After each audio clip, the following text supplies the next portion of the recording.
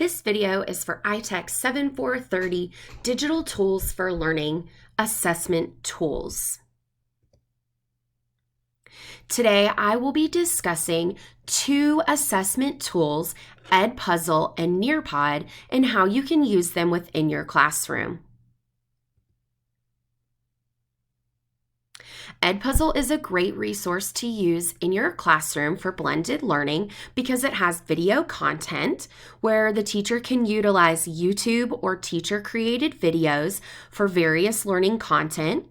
This web platform can be used for grades K through 12 and all content areas.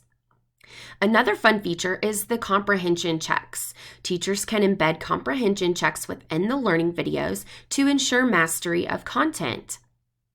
And the next feature is the voiceover feature.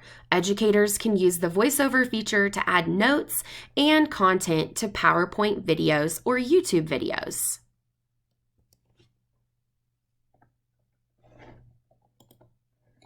Edpuzzle allows for students to watch learning videos of content material and show what they know with embedded comprehension questions. Edpuzzle is a great tool for K through 12 students in all content areas. Using Edpuzzle for station rotations is the perfect way to incorporate blended learning into your classroom.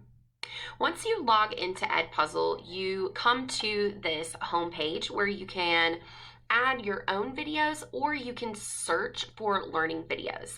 As you can see, I'm under my content and I do have a few Edpuzzles that my students have done. So what you'll do is you'll select a video, and this allows you to either preview the video or to look at the multiple choice questions that are embedded into the learning video. You can see that this is a plotting basic fractions on a number line, and as students go throughout this video, they have these little checkpoints at the bottom where there's a multiple choice questions. One feature of Edpuzzle that I really enjoy is making sure that students do not skip through this. So as they are watching, you can select that they have to answer the multiple choice question in order to progress. So as they go through, they have to answer each of the multiple choice questions that gets embedded into the content. You can assign this video to your classroom, whether it's by giving your students a link or you can embed it into your Google Classroom. And then you can also move them to folders where you can house them by content areas. As you can see, you can also discover Edpuzzles, and this is where you, if you don't already have a PowerPoint presentation, you can search through the pre-made learning videos that other teachers have uploaded. So I'm just going to do a quick search and show you. So I'm going to put in Colonial America, and we'll just see what pops up. So as you can see that there are some pre-made learning videos by different educators. One thing that I really appreciate about Edpuzzle is that you can search by subject and grade level. I think this is very important as you don't want to get content that would be too over your student's head. And then you can pick whether you want this to be a YouTube video or an Edpuzzle host. Usually the Edpuzzle hosts have been vetted pretty heavily, and I enjoy a lot of their content. So if I were to select this first Colonial America on Southern colonies, I would want to preview this to make sure that it was just age appropriate. And as you can see that these little teardrops at the bottom or raindrops, those are the comprehension questions that your student would answer. Let's say I want to assign this video to my class. I would then use my Google Classroom, and this is that prevent skipping feature that I think which is amazing. You can also turn on the closed captions if you have ELL students or if you had students with that needed assisted technology. And so I'm just going to go ahead and I'm going to select and I'm going to assign, and then I can show you how you can view your students' progress. So after you have assigned your video, you can scroll down and you can see how well your students did in that content area. That would help you to determine if you needed to pull small groups or if you needed to enrich or remediate students. I hope you enjoyed learning about Edpuzzle today.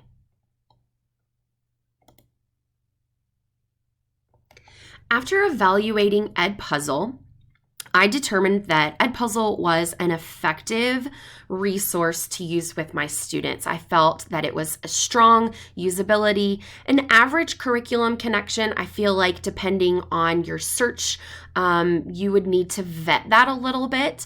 I gave it a strong student engagement, again, an average for thinking skills because they're not necessarily becoming a digital producer on that platform.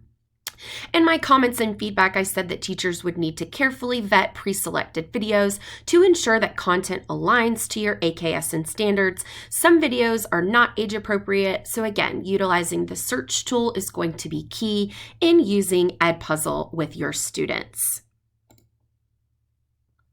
The next assessment tool that I will discuss is Nearpod. Nearpod is a favorite in my classroom as it uses gamification of the content to make learning engaging and fun. It also has various lesson plans, so educators can choose the type of content that students will learn and how they will learn. And then there are 2 different presentation modes, teacher-led learning or student-led learning modules within the Nearpod platform.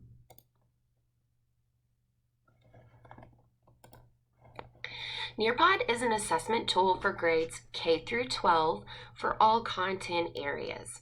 Nearpod allows for students to view learning content at home and in class. With this assessment tool, teachers can focus on personalized learning and one-on-one instruction, which creates a flipped classroom. It allows the teacher to know exactly where the students are in their learning through the various learning activities that Nearpod offers. So I'm going to demonstrate Nearpod and the features. So this is the Nearpod platform, and you'll go ahead and click Login, which brings you to the user face. All right, so once you log in, this is the kind of like your home base where you can search for different lessons, or if you have created your own lessons, this is where you can access those.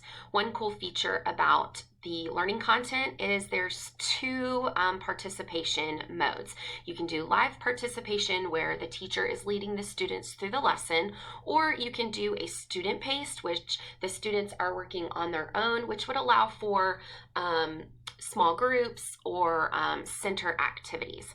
So what I'm going to do is I'm going to show you this module that I have created on colonial life. And you'll get to see some of the features that Nearpod offers.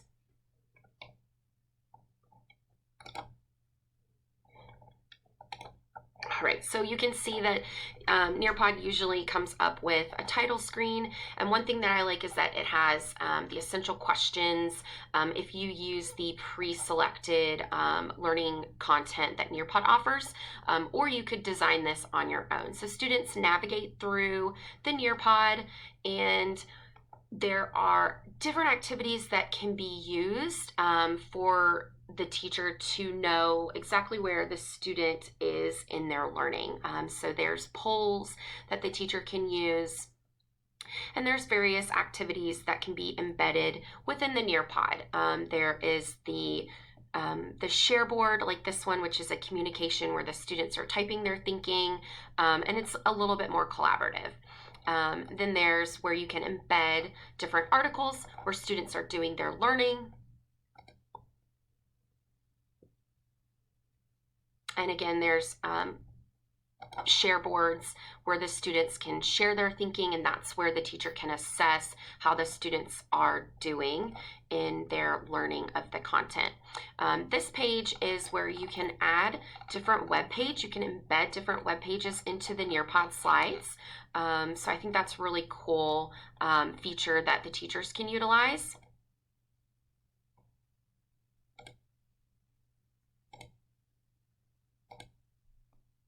And then again, there are the quiz features that the teacher can use for data to determine how the students are doing. There's also an open-ended question feature where the students will type in their thinking. And then one of the best ones that my students really enjoy is the gamification of Nearpod, where they get to play a fun game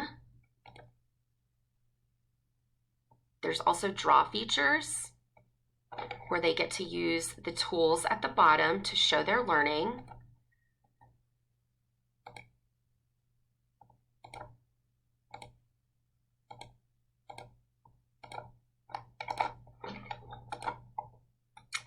But the time to climb is one feature that my students really enjoy.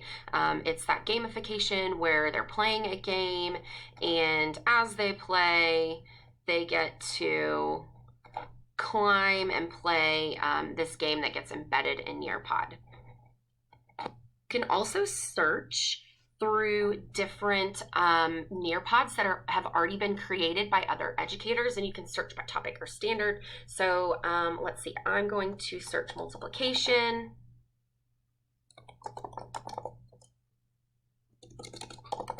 And it brings up just a lot of different Nearpods that other educators have created, and you can choose. As you can see, there's that time to climb feature there. The other options for teacher creation is you can actually create your own. So let me show you how you can do that. You click the create button from your home base. And this is where you get to pick and choose the learning content and activities that you want to embed in your own Nearpod. This is a really cool feature for teachers who already have PowerPoints created on their content, and you can upload that into the Nearpod, and then you can add in different interactive web faces. One thing that my students also really enjoy is the virtual field trips. That's a great feature that Nearpod has. And then there's, as you can see, lots of different activities that teachers can use to embed within their Nearpods to gauge their student learning and to determine if the students are mastering the content. So that is Nearpod. I hope you enjoyed.